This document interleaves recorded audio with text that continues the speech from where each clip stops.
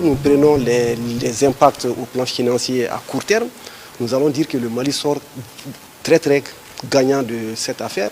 Quand vous regardez au plan commercial, la balance commerciale du Mali est déficitaire avec la zone CEDEAO-UEMOA.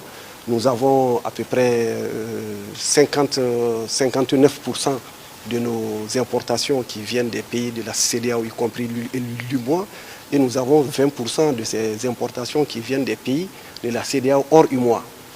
Donc quand nous regardons les exportations, toutes nos exportations sont presque tournées vers les pays hors la CEDEAO. Parce que le Mali exporte essentiellement de l'or, le coton, les intrants. Et seul le bétail sur pied, le bétail qui est exporté vers les pays de la CEDEAO, et l'exportation globale vers les pays de la CEDEAO représente environ 19% des exportations.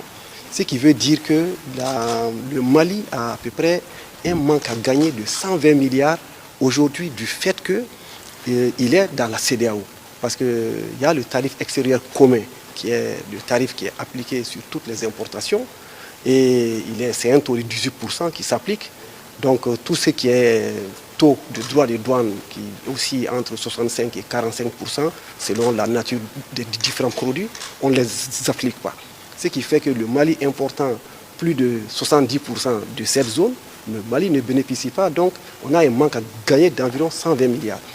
A l'inverse, nous exportons en dehors de la zone, ce qui fait que nos exportations ne bénéficient pas de ce tarif extérieur commun.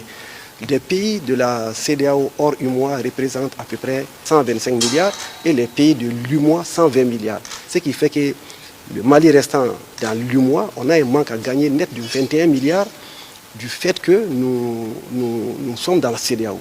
Et si nous quittons la CEDEAO, le budget va automatiquement sentir un accroissement de 21 milliards.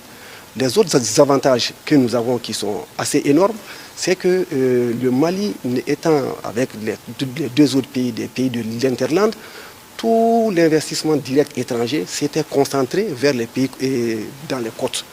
Parce que c'est plus facile de s'installer là-bas à cause de la mer, donc les produits qui viennent par les ports, etc. Et étant donné qu'ils sont dans ces pays, ils vont bénéficier du tarif extérieur commun. Donc nos marchés sont inondés de produits dont les entreprises sont installées dans d'autres pays. Donc tout ce qui est valeur ajoutée, tout ce qui est emploi, etc., bénéficie de ces pays.